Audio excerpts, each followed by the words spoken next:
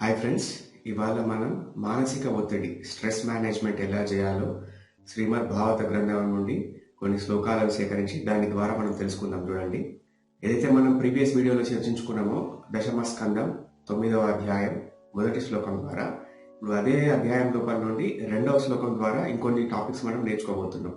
శ్రీ శుక ఉవాచ ఏకదా గృహదాసీషు యశోదానందగేహిని కర్మాంతరాని యుక్తాసు నిర్మమంతా స్వయం దది. ఇక్కడ చూడండి, కర్మాంతర నియుక్తాసు అనే కాన్సెప్ట్ ని మీరు బాగా అర్థం చేసుకోవాలి. యాని యాని గీతాని తత్బాల చరితాని చ దది నిర్మంతనే కాలే స్మరంతి తాన్యగాయత. మనం ప్రీవియస్ టాపిక్ లో ఇప్పుడు ఎక్కడ ఉన్నాం అంటే, ఎప్పుడైతే కృష్ణ పరమాత్మ మన దగ్గర 9 లక్షల ఆవులు ఉన్నప్పటికీ కూడా అందులోపల నుండి శ్రేష్టమైన 8 ఆవులకు పద్మగంధ గడ్డి అంటే పద్మగంధం అట్లాంటి వాసన వచ్చే గడ్డి, శ్రేష్టమైన గడ్డి పెట్టి వాటిని ఒక ఎక్స్పర్ట్ గోపికతోటి, ఆ ఎక్స్పర్ట్ హ్యాండ్స్ ఉన్న గోపికతోటి ఆ పెరుగు తయారు చేసి ఆ పెరుగు నుండి వెన్న తీసి ఆ కృష్ణ పరమాత్మకు ఫుడ్ తయారు చేస్తున్నారు. కానీ అతను తింటలేడు. అతను ఎవరి దగ్గరికి వెళ్ళి తింటుండు? ఒక 50 ఆవులు 100 ఆవులు తక్కువ ఉన్న వాళ్ళ ఇళ్లకు వెళ్ళి వాళ్ళ దగ్గర దొంగతనం చేసి తింటున్నాడు. సో యశోదామాత ఏంటిదంటే బాధపడుతుంది. అరే ఏంటిది, ఆమె కూడా స్ట్రెస్ వచ్చేసింది, కోపం వస్తుంది, బాధ వస్తుంది. నేను ఇంతగానం ఆస్తి ఉన్న వ్యక్తిని, నేను ఇంతగానం పరపతి ఉన్న వ్యక్తిని, అయినా కానీ మా ఇంట్లో వండిన ఫుడ్ బదులు అతను బయటికి వెళ్ళి ఎందుకు దొంగతనాలు చేస్తున్నాడు అని బాధపడుతున్నాడు అన్నమాట. మొదటి శ్లోకం లోపల ఒక లైన్ చూసినా, కర్మాంతర నియుక్తాసు అని. అంటే ఏంటిదంటే, అప్పుడు ఆమె అర్థం చేసుకున్నది, తల్లిగా నా ప్రియారిటీ ఏంటిది, నేను రాణిని కావచ్చు, నాకు వేరే వ్యవహారాలు ఉండొచ్చు, కానీ నా యొక్క ప్రైమ్ రెస్పాన్సిబిలిటీ ఏంటిది, as a mother care giver, నేను నా పిల్లగాన్ని నేను పట్టించుకోవాలి, ప్రేమ ఇవ్వాలి, టైం ఇవ్వాలి, నేను అతనికి నా చేతుల ద్వారా ఫుడ్ వండి పెట్టి ఆ ఫుడ్ ద్వారా నా ప్రేమను వ్యక్తపరచాలి అనే కాన్సెప్ట్ ఆమెకు అర్థమైంది. అంటే కర్మాంతర నియుక్తాసు, తను అప్పటిదాకా ఏదైతే పనుల లోపల బిజీగా ఉండేనో, రాణికి ఏవైతే పనులు ఉంటాయో ఆ పనులన్నింటినీ మిగతా దాసులకు అప్పచెప్పేసింది. సేవకురాలు ఉంటారు కదా, వాళ్ళకి అప్పచెప్పేసింది.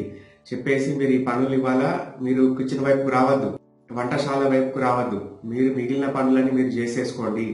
నా ఫస్ట్ ప్రియారిటీ ఏంటిదంటే నా పిల్లగాని యొక్క క్షేమము, ప్రేమ, అతన్ని క్రమశిక్షణలో పెట్టడం, అతన్ని దారిలోకి తెచ్చుకోవడం, అతనిని తన ప్రేమ ద్వారా మార్చుకోవాలనుకోవడం అన్నమాట. సో దీపావళి పండుగ నాడు ఆమె ఏం చేస్తుంది, ఆమె పొద్దున్నే లేచి స్నానం చేసి తానే స్వయంగా ఆ పెరుగు కుండ లోపల కవ్వం పెట్టి చిలుకుతా ఉందన్నమాట. చిలుకుతా ఉంది. కవ్వంతో చిలుకుంటే ఏం చేస్తున్నది, కృష్ణుని యొక్క పాత స్మృతులను, తన బాల్యంలో తను చేసిన లీలలను గుర్తు తెచ్చుకుంటున్నట్టు. ఆ లీలలను పాట రూపంలో వాడుతుంది ఆమె. అంటే స్మరణం చేస్తుంది, స్మరణం చేసుకుంటూ గుర్తు తెచ్చుకొని వాటిని పాటల రూపంలో వాడుతుంది.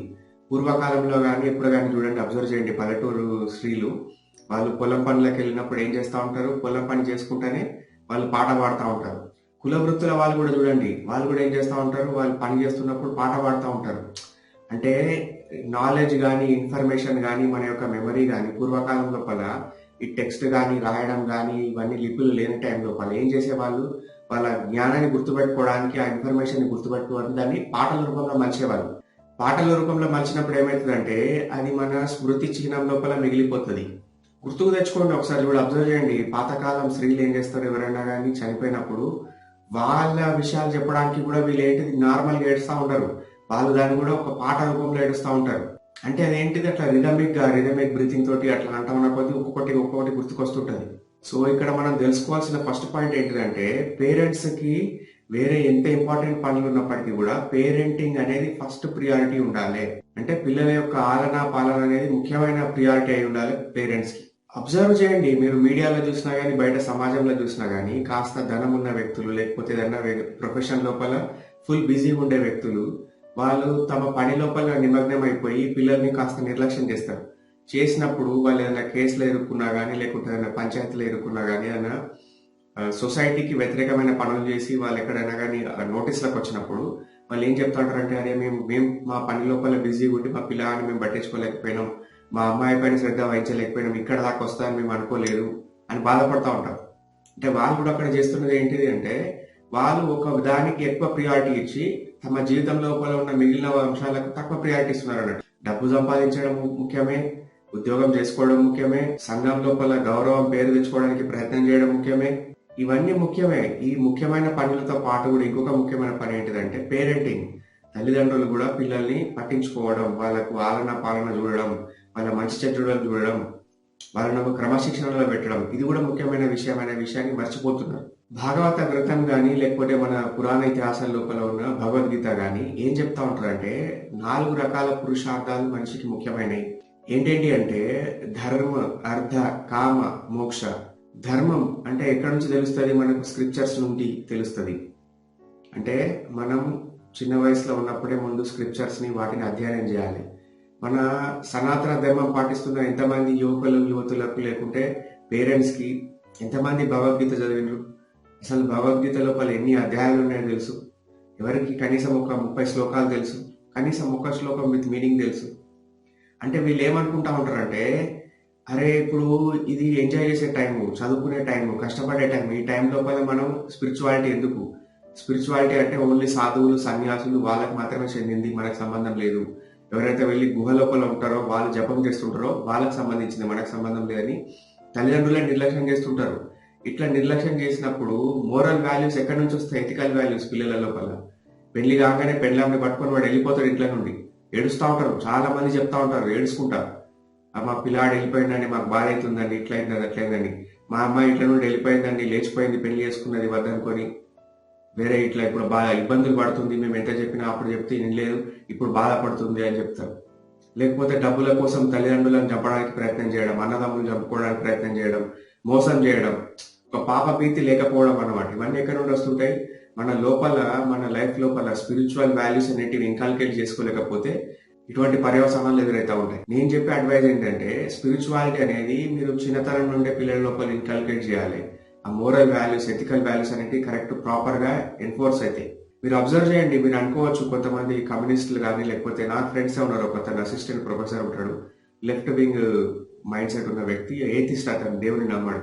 సో అతను అంటుంటాడు, గౌతమ్ నీ దగ్గర సైకాలజీ కాన్సెప్ట్స్ కన్నా ఎక్కువ స్పిరిచువల్ కాన్సెప్ట్స్ బాగా వస్తున్నాయి, ఏంటిది కథ అన్నాడు. సో నేను ఆయనకు ఒక వీడియో ఫార్వర్డ్ చేసిన, ఎవరిది? కరుడుగట్టిన కమ్యూనిస్ట్ ప్రొఫెసర్ నాగేశ్వరరావుది. జొన్నపిండి అని మొన్న ఏదో పెట్టింది ఈ మధ్యన వీడియో, మహాభారతం లోపల జొన్నపిండి నేర్పుతున్న పాఠం అది అని. సో ఆయన ఫార్వర్డ్ చేస్తాను, ఆయన స్టన్ అయిపోయింది, అరే ఈయన నమ్మాడు కదా, ఈయనకి ఇట్లాంటి ఎట్లా చెప్పిండని.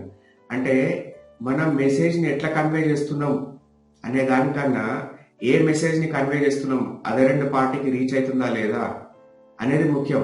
జనరల్ గా ఫియర్ అంటే ఏం చెప్తారు? ఫాల్స్ ఎవిడెన్స్ అపియరింగ్ రియల్ అనే ఒక చిన్న దాన్ని పట్టుకొని దాని గురించి ఎక్స్ప్లెయిన్ చేసుకుంటా మనం భయపడద్దు ఇది అనే కాన్సెప్ట్ చెప్తారు.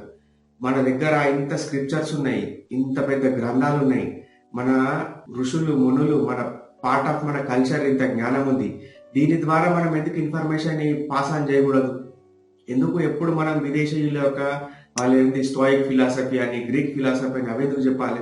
సో నేను అందుకే పట్టుబట్టి కావాలని ఎటువంటి మొహమాటం లేకుండా, ఎటువంటి ఇన్హిబిషన్స్ కూడా లేకుండా నాకు 4-5 మెసేజ్ కూడా పెట్టిరు, సార్ స్పిరిచువాలిటీ ఎక్కువైతుంది మీ సైకాలజీ కన్నా అని. అయినా పర్లేదు, నేను చెప్తా ఇట్లనే. అంటే మన కల్చర్ని, మన సంస్కృతిని, మన సాంప్రదాయాన్ని ఎంబ్రేస్ చేయడంలో మొహమాటం ఎందుకు? అంటే ఇదేంటి? ఇవన్నీ మనల్ని ఇన్ఫీరియారిటీ కాంప్లెక్స్ గురి చేసే విధానాలు అన్నమాట. నువ్వు తప్పు చేస్తున్నావు అని చెప్పడానికి ప్రయత్నం చేసే వ్యవహారాలు అన్నమాట ఇవన్నీ. ఇంకొక మెయిన్ పాయింట్ ఏంటి, నేను ఎందుకు స్పిరిచువల్ కాన్సెప్ట్స్ చెప్తా ఉన్నా అంటే, నేను లైఫ్ లోపల చాలా డక్కాముక్కీలు తిన్నాను. దాదాపు ఒక 17 సంవత్సరాల వయసు నుండి డక్కాముక్కీలు తింటూనే ఉన్నాను. రకరకాల వ్యక్తులు రకరకాల సందర్భాలు నాకు వెన్నుపోటు పొడిచిండ్రు, రకరకాల మానసికంగా క్షోభకు గురి చేసారు. నేను వాటి నుండి బయటపడడానికి నాకు హెల్ప్ చేసిన ఒకే ఒక టూల్ ఏంటిది? నేను సైకాలజీ చదివినప్పటికీ కూడా, సైకలాజికల్ ప్రిన్సిపల్స్ నాకు తెలిసినప్పటికీ కూడా, కౌన్సిలింగ్ ఫీల్డ్ లో ఉన్నప్పటికీ కూడా నాకు పర్సనల్ గా హెల్ప్ చేసింది ఏంటిది? స్పిరిచువాలిటీ. సో దేవుని మీద భక్తి, ఈ సంస్కృతి మీద ఉన్న ప్రేమ అనేది నన్ను ఒక దగ్గర కట్టిపెట్టింది, నేను కాపాడింది. నేను పర్సనల్ గా ఎక్స్పీరియన్స్ అయ్యి, అరే ఈ ఫ్రూట్స్ ని నేను ఎంజాయ్ చేసిన, ఇది నాకు హెల్ప్ అయింది, నేను ఎందుకు మిగతా వాళ్ళకి పంచకూడదు అనే కాన్సెప్ట్స్ తో నేను మీకు చెప్తా ఉన్నాను. ఇంకొక వ్యక్తి కూడా అన్నాడు, ఏంటిది సార్ మీరు చెప్తున్న జ్ఞానం చాలా బాగుంది, మీరు ఇంత చిన్న వయసు లోపల మీరు ఇన్ని స్క్రిప్చర్స్ ఎట్లా చదవలేదు, మీకు ఇంత జ్ఞానం ఎక్కడి నుండి వచ్చిందని. నేను పర్సనల్ గా నేను కూడా చదువుతూ ఉంటా, కానీ ఏంటిదంటే ఇది మా గురువు గారు డాక్టర్ నరహరి ప్రభుజీ గారు వాళ్ళు చెప్తున్న విషయం. అంటే ఒక సముద్రం అంత మ్యాటర్ మాకు చెప్తే అందులోపల మాకు చేతనైనంత ఏంటిది ఒక గ్లాసో గిన్నెనో ఒక పళ్ళెమో మేము పట్టుకపోయి మాకు ఎంత వీలైతే అంత తీసుకొని దాన్ని మేము మీకు కాపీ పేస్ట్ చేసి చెప్తున్నాం. ఇదంతా నా సొంత జ్ఞానం కాదు. మా గురువు ఆయనే కొన్ని సంవత్సరాలు ఒక 20 ఏళ్ల పాటు ఆయన చేసిన తపస్సు మాకు దారపోస్తున్నాడు. మేము విని దాన్ని ఏం చేస్తున్నాం, దాంట్ లోపల మాకు దొరికినంత మేము తీసుకొని మీకు చెప్తున్నాం అనమాట. చూడండి, మన హిందూ స్క్రిప్చర్స్, సనాతన ధర్మ స్క్రిప్చర్స్ ఏం చెప్తా ఉంటాయంటే, మన వేదిక్ లైఫ్ స్టైల్ ఏం చెప్తా ఉంటాయంటే, ప్రతి ఒక్క వ్యక్తి 4 రకాల పురుషార్థాల కోసం ప్రయత్నం చేయాలి. 4 రకాల పురుషార్థాలు ఏంటి అంటే ధర్మ, అర్థ, కామ, మోక్ష. ధర్మం అంటే ఏంటిది, మనం చిన్నతనం లోపల ఉన్నప్పుడు స్క్రిప్చర్స్ చదవాలి. అకార్డింగ్ టు ద స్క్రిప్చర్స్ మనం నడుచుకోవడానికి ప్రయత్నం చేయాలి. అర్థ, డబ్బులు సంపాదించుకోవాలి. మీరు పేదరికంలో ఉండిపోవాలి, మగ్గిపోవాలి, ఆగమైపోవాలి, ఇంకొకరి మీద డిపెండ్ అయి ఉండాలని చెప్పది సనాతన ధర్మం. ఏం చెప్తుంది, మీరు అర్థాన్ని సంపాదించుకోవాలి, డబ్బులు సంపాదించుకోవాలి, సంపాదన సంపాదించుకోవాలి. మీరు కోటీశ్వరులు కావాలి, లక్షాధికారులు కావాలి. ఇప్పుడు ఒక మంచి వ్యక్తి దగ్గర డబ్బులు ఉన్నాయనుకోండి, ఆయన ఏం చేస్తాడు, టెంపుల్ రీకన్స్ట్రక్షన్ కి ఉపయోగిస్తాడు, పేదవాళ్ళకి ఫుడ్ పెడతాడు, అన్నదానాలు చేస్తాడు, ఆర్ఫనేజెస్ కి డబ్బులు ఇస్తాడు, వృద్ధాశ్రమాలు నడుపుతాడు. అదే చెడ్డవాళ్ళ దగ్గర ఉంటే వాడిని వీడిని ముంచడానికి ప్రయత్నం చేస్తుంటాడు. సో మంచి ధార్మిక ప్రిన్సిపల్స్ ఉన్న వ్యక్తి దగ్గర డబ్బు ఉండాలి, కంపల్సరీ మీరు డబ్బు సంపాదించుకోవాలని చెప్తుంది. 3వ పురుషార్థం ఏంటిది, కామ. అంటే మన కోరికలు తీర్చుకోవాలి. అంటే కోరికలు అంటే ఓన్లీ ఆ టైప్ కాదు, రకరకాల కోరికలు. మీకు ఇల్లు కావాలన్నా, బిల్డింగ్ కావాలన్నా, కార్లు కావాలన్నా, ఇవన్నీ కోరికల కిందికి వస్తాయి. వాటిని సంపాదించుకోవాలి. కామ్ అంటే ఏంటిది, మీకు నచ్చిన ఒక అమ్మాయిని కానీ, మీకు నచ్చిన ఒక అబ్బాయిని కానీ, మీరు అమ్మాయి అయితే కనుక పెళ్లి చేసుకోండి, పిల్లల్ని కానండి, మీ యొక్క వంశాన్ని ముందుకు తీసుకెళ్ళండి. అంటే లెజిటిమేట్ డిజైర్స్ అన్నిటిని ఫుల్ఫిల్ చేసుకోండి అని చెప్తుంది. సో మీరు తల్లిదండ్రులు మీకు జన్మనిచ్చిండ్రు, సో మీరు మీరు చదువుకొని కొంత అభివృద్ధికి వచ్చిండ్రు, తర్వాత మీ స్పీసీస్ నెక్స్ట్ ముంగడి పోవాలి కదా, మీ హెరిటేజ్ అనేది ముందరికి పాస్ ఆన్ కావాలి కదా. సో అంటే ఏంటిది, రీప్రొడక్షన్ చేయాలి, తప్పది. సో అందుకోసమైనా మీరు పెళ్లి చేసుకోవాలి, పిల్లల్ని కనాలి. దాని ద్వారా మీరు ఆ గృహస్థ టైం లోపల ఏం చేస్తూ ఉండాలి, మీరు డబ్బు సంపాదించుకోవాలి, పిల్లల్ని కనాలి, ఆ వాటిని మంచి పనులకు వినియోగించాలి. 4వది ఏంటిది, మోక్ష. అంటే ఏంటిది, లిబరేషన్. అంటే ఇవన్నీ మనం చేసుకుంటేనే, ఇదే లైఫ్ కాదు, మనం ఇది అచీవ్ చేసినాక ఇంకోటి కోరిక పుడుతుంది, ఇది అచీవ్ చేసినాక ఇంకో కోరిక పుడుతుంది. ఇదే చట్రంలో ఉండిపోకుండా మోక్షం కోసం అంటే ముక్తి కోసం ట్రై చేయాలని చెప్తా ఉంటుంది. ఇది 4వ పురుషార్థం. ప్యాటర్న్ కూడా అబ్జర్వ్ చేయండి.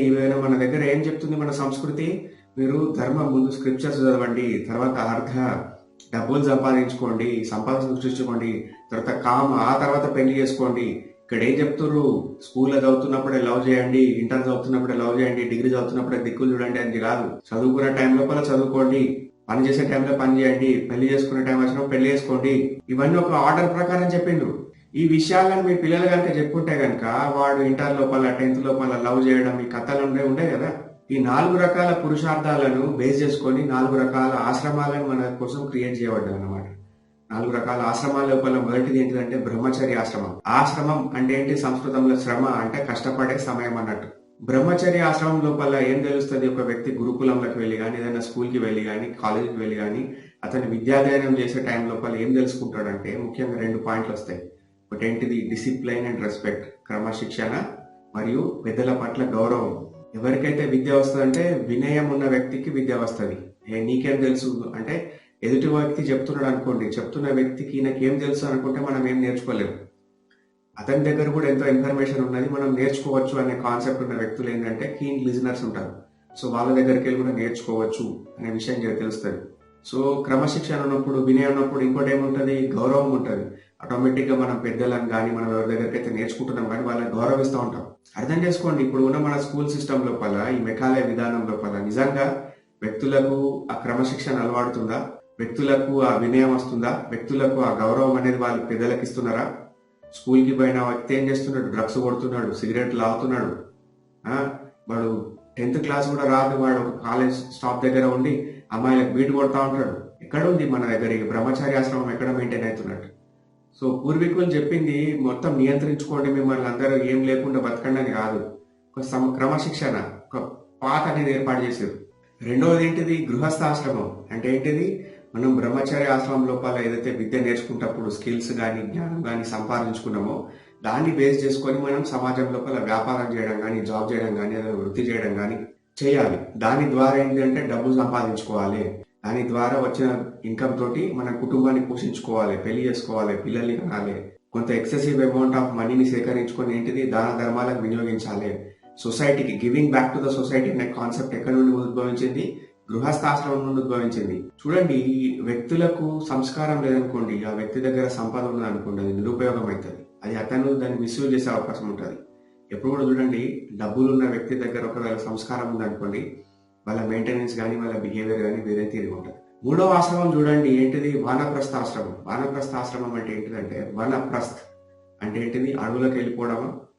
ఒక కాంటెక్స్ లోపల అడవులకు వెళ్ళడం అనే కాన్సెప్ట్ ఉంది, కానీ ఏంటంటే తీర్థయాత్రలు చేయడం, దేశాన్ని తిరగడం, రకరకాల వీళ్ళు ఇంతకాలం కష్టపడి కేవలం డబ్బు సంపాదించడం, పిల్లల్ని చూసుకోవడం, ఒక 55 years దాటి నాకు ఏం చేయాలంటే వానప్రస్థ అంటే ఏంటిది? తిరగాలి. వీళ్ళు ఇప్పటిదాకా చేయలేని పనులన్నీ వాళ్ళు చేయాలి. అప్పటికే పిల్లలు కాస్త ఏజ్కి వచ్చి ఉంటారు, కొంతమందికి పెళ్లిలే ఉంటాయి. వాళ్ళు ఏం చేయాలి? విహారయాత్రలకు పోవాలి, స్పిరిచువల్ విహారయాత్రలకు వెళ్ళాలి, స్పిరిచువల్ రిట్రీవ్స్ అని అంటారు చూసిరా, అట్లా వెళ్ళాలి, వాళ్ళు తిరగాలి, దేశాన్ని చూడాలి.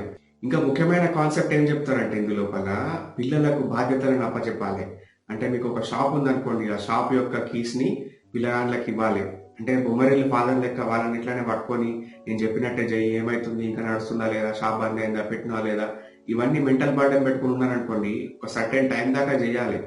శరీరము, మెదడు, మనసు అలసిపోతుంది ఒక టైం తర్వాత. అలసిపోయినాక కూడా ఇంకా వాళ్ళని డామినేట్ చేద్దాం, మనం ఇంకా పిల్లల్ని కంట్రోల్ చేద్దాం, మన కంట్రోల్లో పెట్టుకుందాం అనుకుంటే ఇవాళ రేపు పిల్లలు ఆయనతకు అసలు కంట్రోలే ఉండరు. వీళ్ళు బాధపడతా ఉంటారు, చెప్పిన మాట వింటలేరు, కోడలు గిట్లా అన్నది, కొడుకు గట్ల అన్నాడు, మనవాడికి మా చెప్పిన మాట వింటలేడు. ఇంకా కంట్రోల్గా ఉండడం, నేను చెప్పినట్టే వినాలని ఫీల్ అవడం అనేది ఒక రాంగ్ థింగ్. ఉండాలి, ప్రేమ ఉండాలి, నిగ్రహాన్ని ఉండాలి, కానీ ఏంటిదంటే పూర్తిగా కంట్రోల్ ఇట్లా పట్టుకొని ఉండాల్సిన అవసరం లేదు. మీకు కూడా సొంత లైఫ్ ఉంటుంది కదా, ఒక సర్టెన్ టైం తర్వాత మీరు కూడా లైఫ్ ఎంజాయ్ చేయాలి. మీరు తినాలనుకున్న వాటిని తినాలి, చూడాలనుకున్న ప్రదేశాలు చూడాలి. అంటే బాగా ఎక్కువసేపు కూడా మనము ఒక ఐరన్ రాడ్ ఉంది, కొంచెం వేడితో ఉన్నది, కొంచెం సేపు పట్టుకుంటే పర్లేదు కాలుతుంది, కానీ ఇంకెక్కువసేపు పట్టుకున్నాం అనుకోండి తోలు ఊడిపోతుంది. అంటే ఎక్కడ దాకా పట్టుకోవాలి, ఎక్కడ దాకా వదిలేయాలని మనకు తెలియాలి. బియాండ్ అవర్ కెపాసిటీ మనం పట్టుకోవడానికి ట్రై చేస్తే మన చేతే కాలుతుంది, మనమే బాధపడతాం, అనవసరమైన ఒత్తిడిని మన మీద మనం తెచ్చుకున్నట్టు అవుతుంది. ఇక 4వ ఆశ్రమం ఏంటిదంటే, ఒక అతని యొక్క రెస్పాన్సిబిలిటీస్ అన్ని ఫుల్ఫిల్ అయిపోయిన తర్వాత, అతను తీర్థయాత్రలన్నీ చేసిన తర్వాత సన్యాసాశ్రమం అన్నట్టు. అంటే ఓన్లీగా అతను మిగిలిన వేరే పనులను పట్టించుకోకుండా ఎక్కువ స్పిరిచువాలిటీ పైన ఫోకస్ చేసి జపం చేసుకోవడమో ఏదైనా చేయడం కానీ, తనకు నచ్చిన ఒక ఆధ్యాత్మిక క్రియను చేయడం కానీ స్టార్ట్ చేస్తూ ఉంటాడు అనమాట. కొందరు సన్యాసాశ్రమం అంటే ఓన్లీ ముసలిలో అయినాక తీసుకుంటారు అంటే అవసరం లేదు. నువ్వు ఒక వ్యక్తి 18 ఏళ్ళు దాటినాక నీకు కొంత ఎన్లైట్మెంట్ కలిగినప్పుడు ఇవన్నీ మనకు అవసరం లేదు. ఇంత మెచ్యూరిటీ వచ్చింది అనుకోండి, నీకు 22, 23 కూడా రావచ్చు కొంతమందికి. ఇవన్నీ ఇలా మనం ఈ చట్రంలో ఎదుర్కోవద్దు, మనం స్పిరిచువల్ పాత్ లోపల ఇంకా ముందరికి వెళ్ళాలనుకుంటే ఆ వ్యక్తి సన్యాసాశ్రమం తీసుకుంటాడు. కానీ కండిషన్ ఏంటిది? తన తల్లిదండ్రుల యొక్క అనుమతి తీసుకోవాలి. తన కేర్ టేకర్ యొక్క తల్లిదండ్రులు లేకపోతే కేర్ టేకర్ ఎవరైనా ఉన్నారనుకోండి, సిగ్నిఫికెంట్ అదర్ పర్సన్, వాళ్ళ యొక్క పర్మిషన్ తీసుకోవాలి. తీసుకొని ఒక గురువు దగ్గరికి వెళ్ళి ఆ గురువు యొక్క ఆజ్ఞ ప్రకారం ఆ గురువు నీడ లోపల వీళ్ళు సన్యాసాశ్రమం స్వీకరించి వాళ్ళు ఏదైతే జపాలు చేయాలో, ఏదైతే యజ్ఞాలు చేయాలో, ఏదైతే రిచువల్స్ చేయాలో అందులోపల ఉండిపోతారన్నమాట. సన్యాసాశ్రమం అంటే నా యొక్క దృష్టిలో ఏంటిదంటే, ఈ వ్యక్తి ఒక 5 వ్యక్తులు నా కుటుంబం లోపల నుండి బయటికి వెళ్ళిపోయి టోటల్ ప్రపంచాన్నే తన కుటుంబంగా చేసుకుంటాడు అన్నమాట. అంటే ఏంటిది? అతను ఓన్లీ నా నాన్న, నా అమ్మ, నా తమ్ముడు ఈ విషయాలు పట్టించుకోకుండా కేవలం ఇంట్లోనే ఇరుక్కోకుండా ఒక విశ్వ మానవుడు అవుతాడు. అంటే లోక కళ్యాణం గురించి ఆలోచిస్తూ ఉంటాడు. మన దగ్గర చూడండి, ఏం చదువు రాని వ్యక్తులు ఉన్న వాడకట్టుకు వెళ్ళి ఖాళీ రోడ్డు మీద నిలబడి లోక సమస్త అనండి అంటే ఏమంటారు? ఆటోమేటిక్ ఎదుటి వ్యక్తి సుఖినో భవంతు అంటాడు. అతడు చదువు వచ్చినా రాకున్నా బికారి అయినా కానీ. మన కల్చర్లో ఉన్నది ఏంటిది? టోటల్ విశ్వం చల్లగా ఉండాలి, సర్వ మానవాళి చల్లగా ఉండాలని కోరుకోవడం.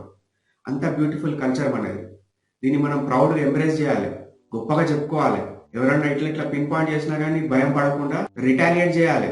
కొందరు అంటూ ఉంటారు, స్పిరిచువాలిటీ సార్ బాగానే చెప్తున్నారు, కానీ మా వల్ల ఇవన్నీ గుర్తుకుంటుంది, మా మెదడుకి మేము చదవలేము, మేము ఇంతగానో మెమరైజ్ చేసుకోలేము, ఇవన్నీ మాకు ఆ సంస్కృతం రాదు, మాకు ఉచ్చారణ సరిగా ఉండదు, రకరకాల ఇబ్బందులు మాకున్నాయి అని రకరకాల కాన్సెప్ట్స్ చెప్తూ ఉంటారు. స్పిరిచువాలిటీ అనేది ఒక సులభమైన పద్ధతి, భక్తి అనేది చాలా సులభమైన వ్యవహారం. శ్రీమద్ భాగవత గ్రంథం లోపల ప్రహ్లాద్ మహారాజ్ చెప్తా ఉంటాడు, అంటే 9 రకాల భక్తులు ఉన్నాయి, 9 రకాలుగా భక్తి చేయొచ్చు. అంటే మనం ఇట్లనే చేయాలనే రూల్ ఏం లేదు, 9 రకాలైన భక్తులు మనం చేయొచ్చు. 9 రకాలైన స్పిరిచువల్ పాత్స్ మనకు అవైలబుల్ ఉన్నాయని చెప్తాడు. శ్రీమద్ భాగవతం లోపల 7వ స్కందం లోపల ఉన్న 5వ అధ్యాయం లోపల ఉన్న 23వ శ్లోకం చూడండి. శ్రవణం కీర్తనం విష్ణు స్మరణం పాద సేవనం అర్చనం వందనం దాస్యం సఖ్యం ఆత్మ నివేదనం. శ్రవణం అంటే ఏంటిది? వినడం. కీర్తనం అంటే ఏంటిది? పాడడం, చాంటింగ్ చేయడం అన్నమాట. స్మరణం అంటే పదే పదే గుర్తుకు తెచ్చుకొని రమించడం అన్నమాట, స్మృతికి తెచ్చుకోవడం. పాదసేవనం అంటే పాదసేవ చేయడం. అర్చనం అంటే అర్చించడం. వందనం నమస్కరించడం అంటే పూజించడం. దాస్యం అంటే సేవ చేయడం. సఖ్యం అంటే మిత్రుని లెక్క వ్యవహారం చేయడం అన్నమాట. ఆత్మ నివేదనం అంటే ఏంటిది? సంపూర్ణ శరణాగతి పొందడం అన్నమాట. చూడండి, స్పిరిచువల్ పాత్ లో అడుగు పెట్టాలంటే, భక్తి చేయాలంటే మీరు ఈ 9 విధానాల లోపల ఏది ఎంచుకున్నా గానీ మీరు మీ యొక్క పీస్ ఆఫ్ మైండ్ మీరు పొందగలుగుతారు. అన్నిటి లోపల సులభమైంది, అల్కటిది ఏంటిదంటే శ్రవణం. ఎవరైనా ఒక వ్యక్తి మంచి విషయాలు చెప్తున్నాడు, ఏమున్నది? వినాలి. విన్నప్పుడు ఆటోమేటిక్ గా మీరు ఈ యొక్క 9 వాటి లోపలికి ఒక డోర్ ఓపెన్ అయిపోతుంది అన్నమాట. ఏదైనా పని చేయాలనుకోండి, ఏదైనా సాధించాలనుకోండి, ముందు ఏంటిది?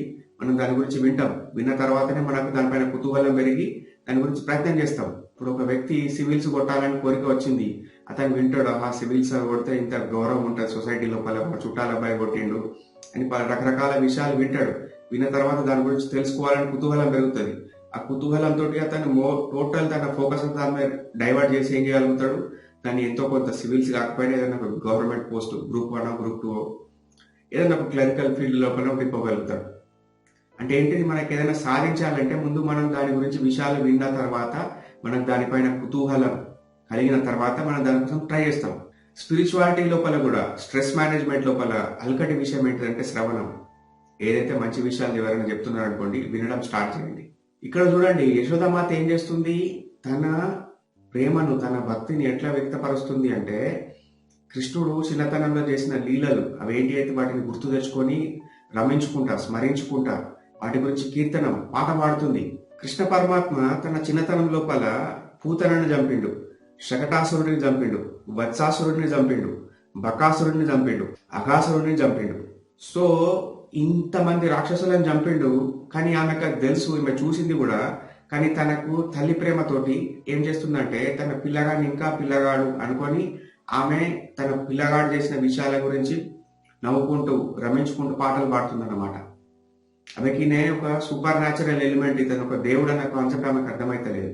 దాన్ని ఏమంటారంటే యోగ మాయ. ఆ మాయ లోపల ఉండిపోయి ఆమె ఇంకా నా కొడుకు చిన్నపిల్లగాడు ఏదో తెలియక చేసిండు కావచ్చు, ఆటోమేటిక్ అయింది కావచ్చు అని.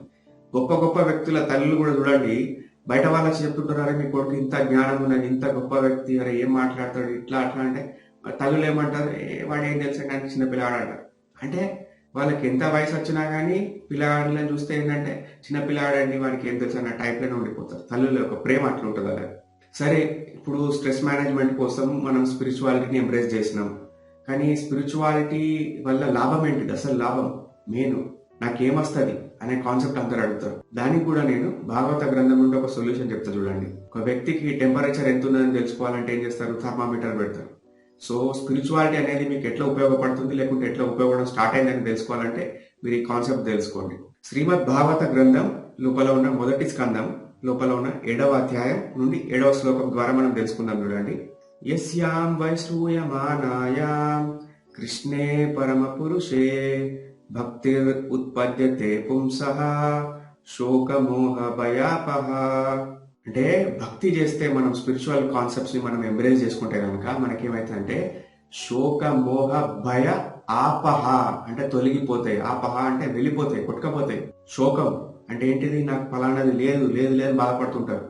మొన్న 4 days బ్యాక్ ఒక వ్యక్తి కాల్ చేసిండు, జస్ట్ 26.5 27 ఉంటాడు. ఫోన్ చేసి చెప్తున్నాడు, సార్ ఇన్ని పెళ్లి సంబంధాలు చూసినా పెళ్లి అయితే లేదు, సెట్ అయితే లేదు, అసలు అవుతుందో కా అని భయపడుతున్నా. నాకు పర్టికులర్ గా ఫోన్ చేసి పెళ్లి గురించి చెప్తే నేను నవ్వుకున్నా, అరే 27కే ఇంత బాధపడితే ఎట్లరా బాబు అని. శోకం అంటే ఏంటి చూడండి, నాకు ఇది లేదు అది లేదు ఫలానది లేదు, ఇంత లోపం ఉన్నది ఇంత లోటు ఉన్నది అని బాధపడుతున్నాడు అన్నమాట. బెంగ పెట్టుకోవడం అంటే ఫర్ ఎగ్జాంపుల్ ఒక వ్యక్తికి డబ్బు లేదు, పైసలు లేవు పైసలు లేవు పైసలు లేవు అని ఏడుతూనే ఉంటారు ఎప్పుడు. డబ్బులు లేవు డబ్బులు లేవు డబ్బులు లేవు, శోకం. సో అతను భక్తి చేయడం స్టార్ట్ చేసిండు అనుకోండి, ఒక కాలక్రమం లోపల అతనికి ఎంతో కొంత అమౌంట్ సెటిల్ అయిపోయింది, అతనికి డబ్బులు వచ్చినాయి అనుకోండి. తర్వాత దానిపైన ఏంటిది? మోహం. మోహం అంటే ఏంటిది? ఇది నాది, ఇది నా పైసలు, నా కథ నాది అని. అబ్జర్వ్ చేయండి, ఒక వ్యక్తి ఎంతకాలం బతుకుతాడు? మా అంటే 70, 75, 80 ఏళ్ళు. అతను కష్టపడి సంపాదించుకున్న ఆస్తి అంతా ఎవరు ఎంజాయ్ చేస్తారు? కూతుర్లే ఉంటే కనుక అల్లుడికి ఎంజాయ్ చేస్తాడు, లేకపోతే కొడుకులు ఉంటే కనుక మనవలు మనమరాలు. అంటే ఏంటిది, మనం ఏది చేసినా కానీ ఆ సంపాదన అనేది మనం పట్టుకపోతున్నామా? లేదు. నాది నాది అనుకునేదంటే ఒక భ్రమ మాత్రమే. చూడండి, ఒక పాత సామెత ఉందా, అత్త సొమ్ము అల్లుడు దానం చేస్తున్నాను. అత్త కష్టపడి కూడబెట్టుకొని డబ్బులు సంపాదించుకుంది, ఎన్నడూ ఎవరికి పెట్టలేదు. అల్లుడు వచ్చిండు, అల్లుడికి ఆస్తి పాస్తులు అన్నీ వచ్చేసినాయి అత్త దగ్గర నుండి. ఏం చేస్తా ఉంటాడు? అత్త సొమ్ము తన సొమ్ము చేసుకొని తింటాడు, తాగుతాడు, మందికి పంచి పెడతా ఉంటాడు. అక్కడ నుండి వచ్చింది ఆ సామెత. రైట్ఫుల్ ఓనర్ ఎవరు? అత్తమామలు. కానీ ఎంజాయ్ చేస్తుంది ఎవరు? అల్లుడు. సో ఇది నాది నాది అనే భ్రమ నుండి బయటికి రావాలి. ఇప్పుడు ఆ వ్యక్తికి డబ్బులు వచ్చినాయి, డబ్బులు రాగానే ఏంటిది, దానిపైన ఏమొచ్చింది? మోహం. ఇది నాది, నాకు సొంతం, నేను దీన్నే పట్టుకొని ఉంటా, ఎప్పటికీ నాకే ఉంటది. చనిపోతున్న టైంలో కూడా ఏం చేస్తూ ఉంటారు కొంతమంది వ్యక్తులు? ఇంకా డబ్బు కోసం ఆలోచిస్తూ ఉంటారు, చెప్తా ఉంటారు, అరే పలానా ల్యాండ్ ఉండే, అది కొంటే మంచిగుండు, అరే డెత్ బెడ్ మీద ఉండి కృష్ణారామ అనుకోక, ఇవి చెప్తా ఉంటారు. తర్వాత మూడోది ఏంటి దొరికిపోతుంది అంటే భయం. శోక మోహ భయం. భయం అంటే ఏంటిది? ఇప్పుడు సంపద ఉన్నది, డబ్బులు ఎవడైనా దోసుకపోతాడు కావచ్చు, ఎవడైనా మిస్యూజ్ చేస్తాడు కావచ్చు, చుట్టాలు కబ్జా చేస్తారు కావచ్చు, ఏమవుతుందో అన్న భయం ఉంటుంది, పోతుంది కావచ్చు. అంటే చూడండి, మీరు స్పిరిచువాలిటీని కనుక ఎంబ్రేస్ చేస్తే కనుక మీ లైఫ్ లోపల కొంత పాజిటివిటీ వస్తుంది. ఏంటిది? ఇది నా దగ్గర ఫలానిది లేదు అనే విషయం తెలిసిందనుకోండి, మనకు ఉన్న దాంట్లో సంతృప్తి పడదాం, కష్టపడకుంటే వీలైతే కనుక వస్తే మంచిది, రాకపోతే మన ప్రాప్తం. దానికోసం పట్టుకొని డిప్రెషన్లోకి పోయి యాంగ్జైటీ ఫీల్ అవ్వకుండా ఈ 3 లక్షణాలు చూడండి, యాంగ్జైటీకి సంబంధించినవి. శోకం, మోహం, భయం. మోహం అంటే ఏంటిది? నాది అనే కొట్లాడే తత్వం. భయం, అయ్యో పోతుందన్న భయం.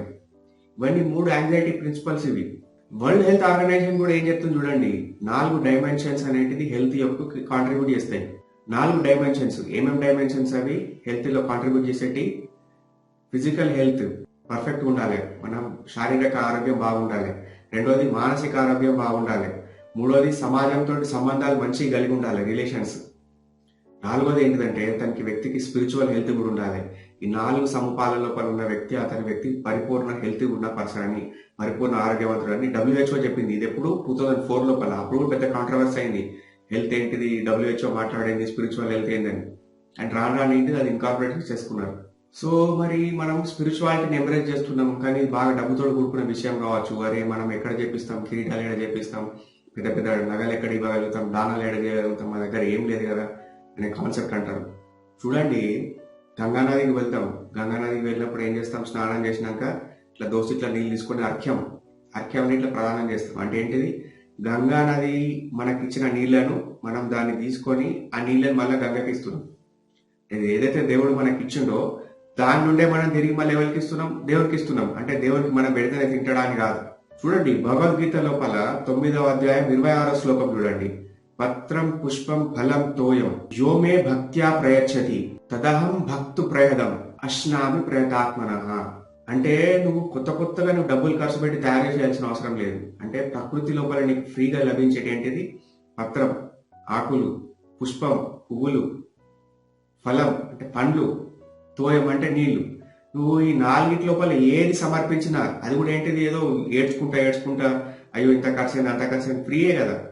అయినా ఫ్రీగా ఇచ్చేది కూడా ఏంటంటే ప్రేమతోటి ఇస్తే కనుక సంబంధం ఎట్లా ఏర్పాటు చేసుకోవాలి మనం దేవునితోటి కానీ ఇతర వ్యక్తులతోటి కానీ.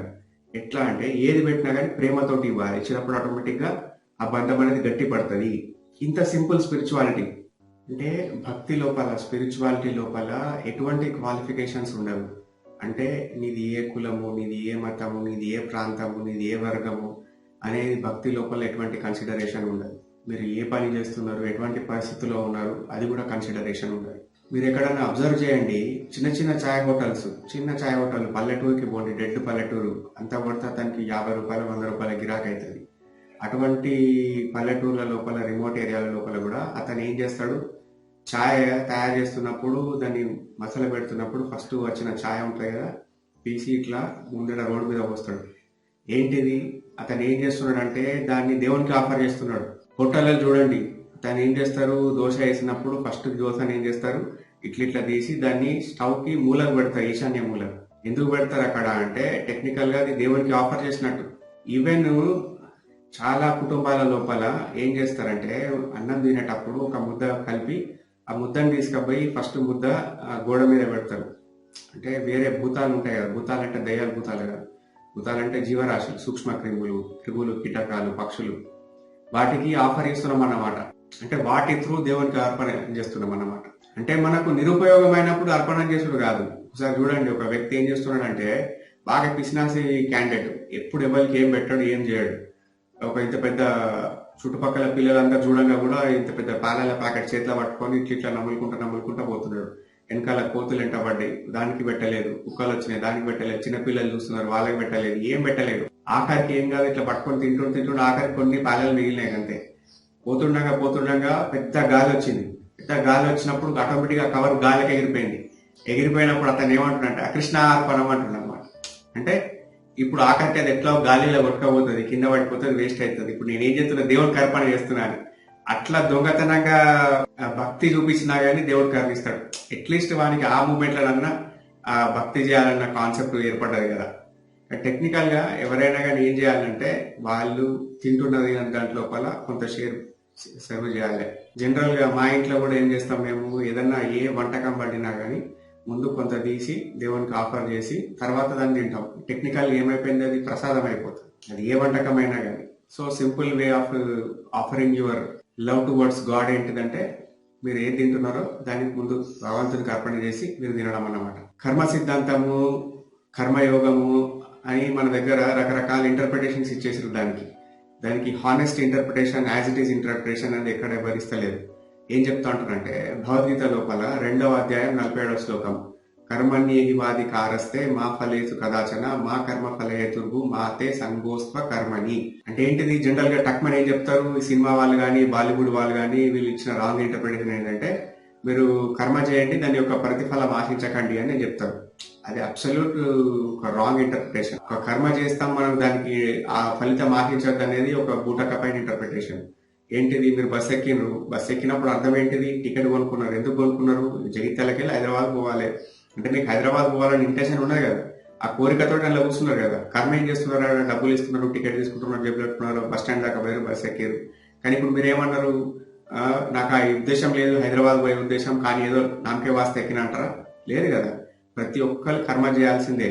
ఈవెన్ ఒక కోమాలో ఉన్న పేషెంట్, బెడ్ రీడన్ పర్సన్, 5 ఏళ్ళకెళ్ళి కోమాలో ఉన్నాడు హాస్పిటల్లో, అతను కూడా కర్మ చేస్తున్నట్టే. ఏం చేస్తున్నాడు అంటే ఇప్పుడు ఆటోమేటిక్ గా తను గాలి తీసుకుంటున్నాడు, గాలి వదులుతున్నాడు, సెలైన్ ద్వారా అతనికి డ్రిప్ లోపలికి వెళ్తున్నది. అతను హాస్పిటల్ బెడ్ మీద ఉన్నప్పుడు అతన్ని చేపట్టి అతని ద్వారా కొంతమంది సేవలు చేసుకుంటూ వాళ్ళు ఉపాధి పొందుతున్నారు. అక్కడ క్లీనింగ్ చేసే వాళ్ళు కానీ, బెడ్ని సరి చేసే వాళ్ళు కానీ, ఇతన్ని సపరేట్ చేసే వాళ్ళు కానీ, వాళ్ళు ఉపాధి పొందుతున్నారు. సో ఇతనికి తెలియకుండానే ఇతను కర్మ చేస్తున్నాడు.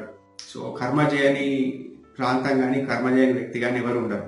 కానీ ఏంటిది, మనం ఈ కర్మలు చేసుకుంటా పోతుంటే మళ్ళీ కర్మ బంధనాలలో చిక్కుకుపోతాం కదా, మళ్ళీ ఇదే మళ్ళీ చట్రం మొదలవుతుంటది కదా అని మనకు డౌట్ వస్తుంటది. కానీ నిజమైన కర్మయోగం అంటే ఏంటిదంటే మనము ఏ పని చేసినా కానీ దాన్ని మనకు సెంటర్ ఏంటిదంటే భగవంతుని పెట్టుకొని చేస్తే మాత్రం అది కర్మయోగం అయిపోతుంది అన్నమాట. అంటే ఫర్ ఎగ్జాంపుల్ ఇప్పుడు ఒక సర్జన్ ఉన్నాడు, ఆ సర్జన్ చేసే పని ఏంటిది, అతను చేస్తున్నది ఒక సేవ. కానీ అతను తన జీవితం లోపల సెంటర్ గా భగవంతుని పెట్టుకొని ఆ పని చేసుకుంటూ వెళ్తున్నాడు అనుకోండి. ఒక 10 ఆపరేషన్లు అతను చేసింది అనుకోండి, 9 ఆపరేషన్లు అతను డబ్బుల కోసం చేసి, ఒక ఆపరేషన్ భగవంతుని పేరు పైన లేకపోతే ఆ ప్రేమతోటి ఎవరికైనా ఫ్రీగా చేసింది అనుకోండి, కర్మయోగం. ఇప్పుడు అతను ఆపరేషన్ చేస్తున్న టైం లోపల భగవంతుని స్మరించుకుంటూ చేస్తున్నాడు, అది కర్మయోగమే.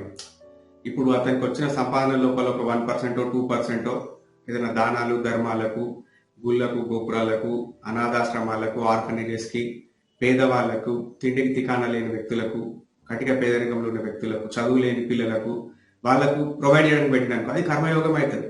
ఇంట్లో ఒక హౌస్ వైఫ్ ఉన్నది, ఆమె బోల్ దొమ్ముతున్నప్పుడు కూడా ఆమె ఏం చేస్తుంది, ఆమె ఇంట్లో పని ఆమె చేసుకుంటుంది. కానీ చాలా మందిని అబ్జర్వ్ చేయండి, వాళ్ళు ఒక జపం చేసుకుంటా రామ రామ కృష్ణ కృష్ణ అనుకుంటా చేస్తుంటారు. వాళ్ళు ఏం చేస్తున్నారు, వాళ్ళు చేస్తున్నది ఇంట్లో పని, నార్మల్ పని అవుతుంది. కానీ ఏంటంటే అది లోపల కర్మ యోగం అయిపోతుంది. అది నేను కూడా కర్మయోగమే చేస్తున్నా. ఆఖరికి ఫ్యామిలీ కౌన్సిలింగ్లు, స్టూడెంట్ కౌన్సిలింగ్, సైకలాజికల్ కౌన్సిలింగ్ చెప్పుకుంటా. ఇప్పుడు నేను కూడా నా లైఫ్ లోపల సెంటర్ గా భగవంతుని, స్పిరిచువాలిటీని పెట్టుకున్నా కదా. నేను పని చేసుకుంటా, కొంతమందికి హెల్ప్ చేసుకుంటా, ప్లస్ స్పిరిచువల్ నాలెడ్జ్ ని మా గురువు ఇచ్చిన జ్ఞానంలో నుండి కొంత నాకు అర్థమైన దాని ప్రకారం నేను మీకు ఇస్తున్నా. ఇట్స్ ఆల్సో కర్మయోగ. ఆటో డ్రైవర్ ఆటో నడుపుకుంటున్నాడు. ఆటో నడుపుకుంటా వెళ్ళుకుంటా అతను సినిమా పాటలు వినుకుంటా ఓన్లీ భక్తి పాటలు వినుకుంటా ఆటో నడుపుకుంటా పోతున్నాడు అనుకోండి. అతను ఏ పని చేసుకుంటున్నా కానీ ఆ టైం లోపల అతని మైండ్ ఎక్కడ ఉంటుంది, ఆ పాటలు వింటున్నంతసేపు భగవంతుని పైన ఉంటుంది, మంచి ప్యూర్ థాట్స్ పైన ఉంటుంది. సో ఆటోమేటిక్గా అతను కర్మ చేస్తున్నట్టే, కర్మయోగం. అంటే ఎవరైతే స్పిరిచువాలిటీని నమ్ముతారో, ఎవరైతే భగవంతుని నమ్ముతారో, ఎవరైతే కొంత స్పిరిచువల్ సెంటర్డ్గా బతుకుతారో, వాళ్ళకి ఏదైనా కష్టం వచ్చినా కానీ ఏమవుతుందంటే, చాలా మంది ఏం చెప్తారంటే మా దేవుని నమ్మండి, లేకుంటే పలానా దేవుని నమ్మండి, నమ్మితే మీకు ఎటువంటి కష్టాలు రావు, మీకు ఇవన్నీ నయమైపోతాయి, రోగాలు నయమైపోతాయి, డబ్బులు వస్తాయి, ఆస్తులు వస్తాయి, ఇవి వస్తాయి, వస్తాయి ఏదో చెప్తుంటారు. అదంతా ట్రాష్. చూడండి, అబ్జర్వ్ చేయండి. భగవంతుని నమ్మినంత మాత్రాన కష్టాలు రావు అనేది అబద్ధం. భగవంతుని నమ్మినంత మాత్రాన అప్పులు తీరిపోతాయి అనేది అబద్ధం. భగవంతుని నమ్మినంత మాత్రాన ఫ్యూచర్లో ఏమి ఇబ్బందులు రావనుకున్నాడు అబద్ధం. వస్తాయి. కానీ ఏంటిదంటే ఒక స్పిరిచువల్ సెంటర్డ్గా ఉన్న పర్సన్ ఏంటిదంటే డీలా పడిపోయి డిప్రెషన్లోకి వెళ్ళిపోయి సూసైడ్ అటెంప్ట్ చేయకుండా వేరే దాని పరంగా డైవర్ట్ కాకుండా అతను ఏం చేయగలుగుతాడంటే కష్టాన్ని ఎట్లా ఎదుర్కోవాలో అతనికి ఆ సెల్ఫ్ కాన్ఫిడెన్స్ వస్తుంది, ఆత్మ జ్ఞానం వస్తుంది, ఆ ధైర్యం వస్తుంది. సో స్పిరిచువాలిటీ చేయాలి, భక్తి చేయాలి. భక్తి ఎందుకు చేయాలి? కష్టాలు రావద్దని కాదు. కష్టాలు ఆటోమేటిక్గా ప్రాసెస్లో వస్తాయి. కష్టాలు లేని జీవితం అంటూ ఏది ఉండదు. కానీ ఏంటిదంటే వాటిని ఎట్లా ఎదుర్కోవాలి అనే జ్ఞానం, ఆ కాన్ఫిడెన్స్, సైకలాజికల్ స్ట్రెంగ్త్ అనేది స్పిరిచువాలిటీ తోటి వస్తుంది. చూడండి, భాగవతంలోనే గజేంద్ర మోక్షం అనే కాన్సెప్ట్ ఉంటుంది. అట్లా అబ్జర్వ్ చేయండి. అతను ఒక పెద్ద రాజు, ఏనుగుల గుంపుకు పెద్ద రాజు అతను. ఆ రాజుని మొసలి లోపలికి ఇగ్గుకోబోతుంటది. ఇగ్గుకోబోతున్నప్పుడు అతను అంత పెద్ద రాజు, అంత పెద్ద వైభోగం, అంత ఖాతా కార్ఖాన ఉన్నా కానీ చనిపోయే స్టేజ్ ఉంటుంది. లాస్ట్ ఒక తొండం మాత్రమే పైకి ఉంటుంది. నీళ్ళలోకి వెళ్ళిపోతా ఉంటాడు. వెళ్ళిపోతా ఉంటే ఆ టైంలో ఆ వ్యక్తి ఏం చేస్తాడు? అదొక జంతువు, ఏనుగు. ఇంటికి పక్కకున్న కమలం పువ్వు తీసి గాల్లోకి ఇసిరేసి ఒక 30 శ్లోకాలు తనకు వచ్చిన భాషలో వాడతాడు. పాడినప్పుడు ఆటోమేటిక్గా భగవంతుడు వచ్చి ఆ ఏనుగును రెస్క్యూ చేస్తాడు. చూడండి, రామాయణం మొత్తం చూసినా గానీ అందరికీ గుర్తుండే క్యారెక్టర్ ఏంటిది? ఉడతా భక్తి అంటారు. చాలా మంది చాలా రకాల వ్యక్తులు మనకి పదం పడుతుంటారు, ఏదో ఉడతా భక్తి సాయం అంటే. ఉడతా భక్తి సాయం అంటే ఏంటిది?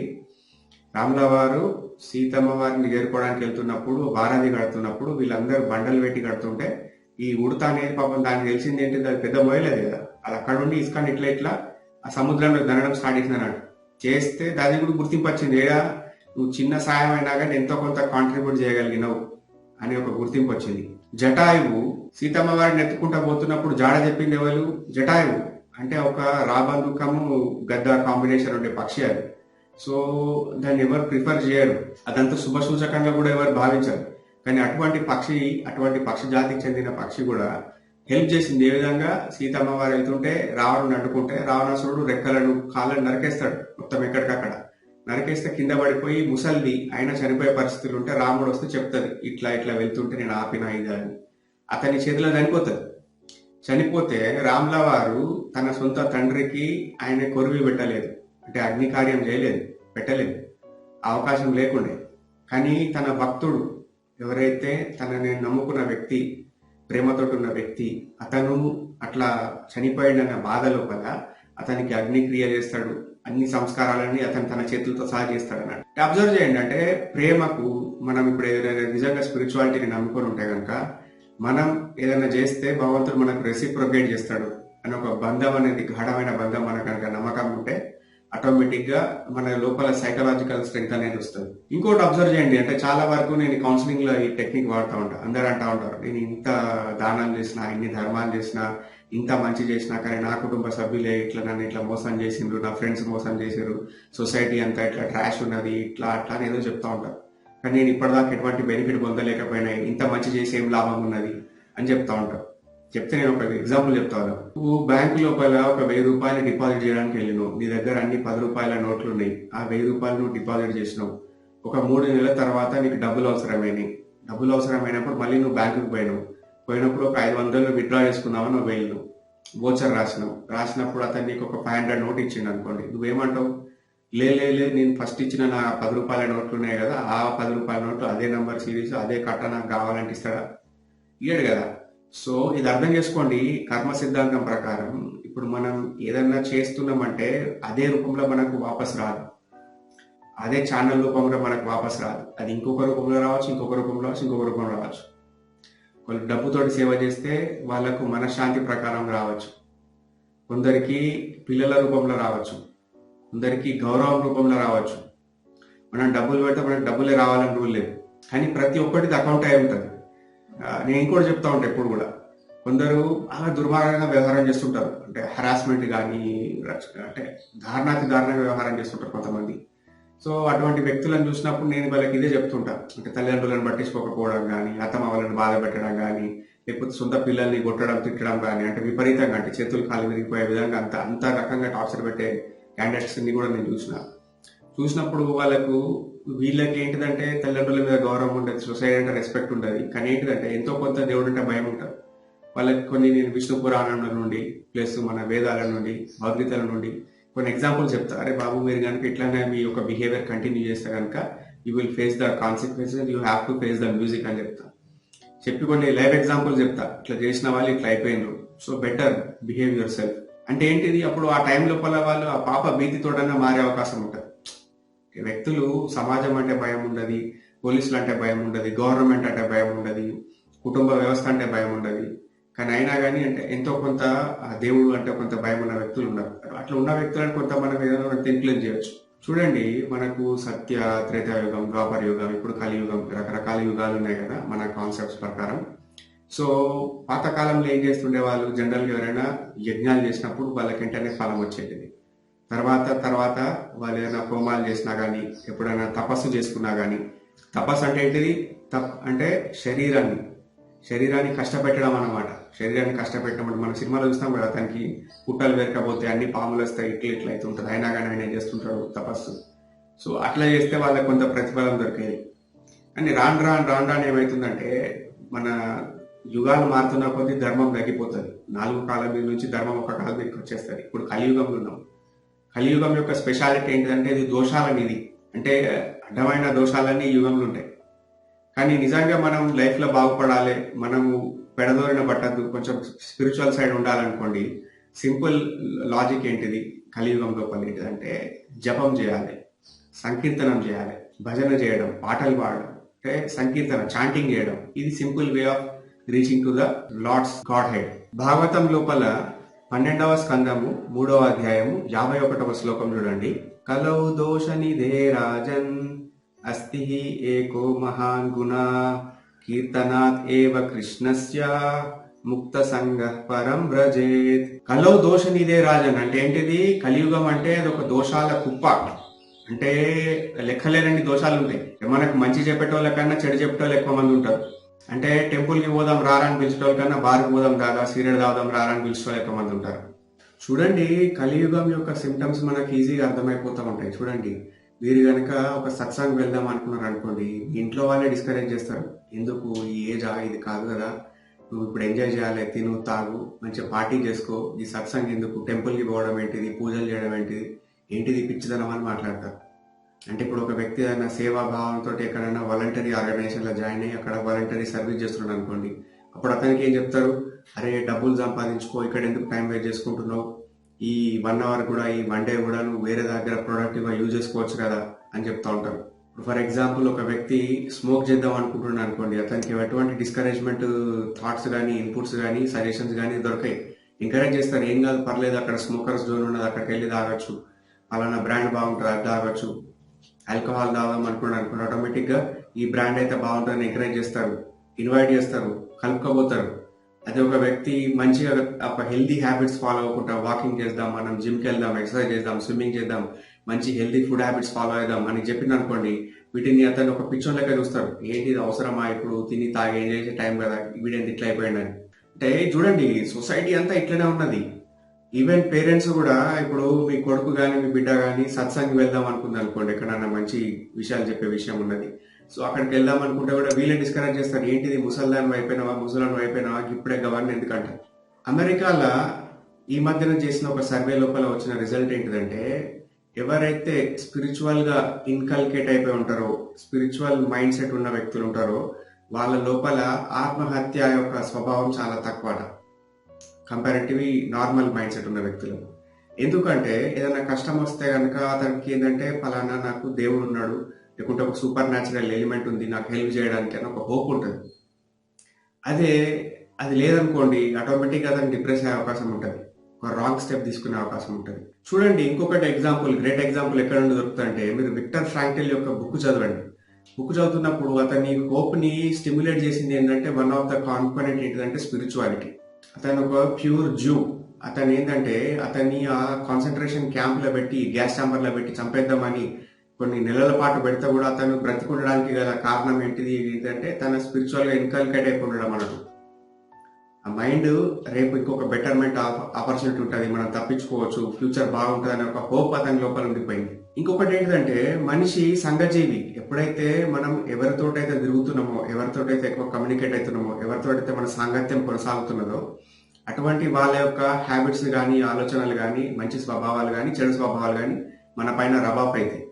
అంటే ఇప్పుడు దుర్మార్గులు, ప్రాస్టిట్యూషన్ చేసేవాళ్ళు, అడల్టరీ చేసేవాళ్ళు, మర్డర్లు చేసేవాళ్ళు, దొంగతనాలు చేసేవాళ్ళు, క్రిమినల్ మైండ్ సెట్ ఉన్న వాళ్ళు, చీటింగ్ చేసే వ్యక్తులు, ఇటువంటి వ్యక్తులతో తిరుగుతుంటే ఆటోమేటిక్ గా వాళ్ళ లోపల ఉన్న ఆ బ్యాడ్ క్వాలిటీస్ అనేవి రబాఫ్ అయిపోతాయి. అయస్కాంతాల మధ్యలో ఉన్న ఇనుము ఆటోమేటిక్ గా అది కూడా ఎట్లా అయస్కాంతంగా మారిపోతుందో, ఇప్పుడు ఎట్లయితే చెడు ప్రభావం చూపుతుందో మంచి కూడా చూపాలి కదా. సో మనకన్నా మంచి ఉన్నత స్థానంలో ఉన్న వ్యక్తులతోటి, మంచి ఆలోచనలు, మంచి అలవాట్లు ఉన్న వ్యక్తులతోటి, మంచి ఆచరణ ఉన్న వ్యక్తులతో మనం తిరుగుతున్నాం అనుకోండి, ఆటోమేటిక్ గా వాళ్ళ యొక్క గుడ్ హ్యాబిట్స్ కూడా మన పైన రబాఫ్ అవుతాయి కదా.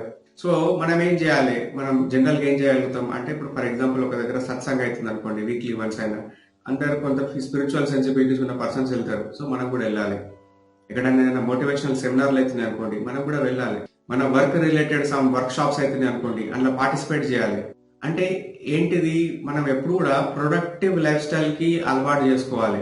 మనం కన్జ్యూమ్ చేసే కంటెంట్ మనం ఏంటిదంటే కొంచెం పాజిటివ్ ఉన్న కంటెంట్, స్పిరిచువల్ కంటెంట్, మన వర్క్ రిలేటెడ్ కంటెంట్ ని కన్జ్యూమ్ చేయాలి.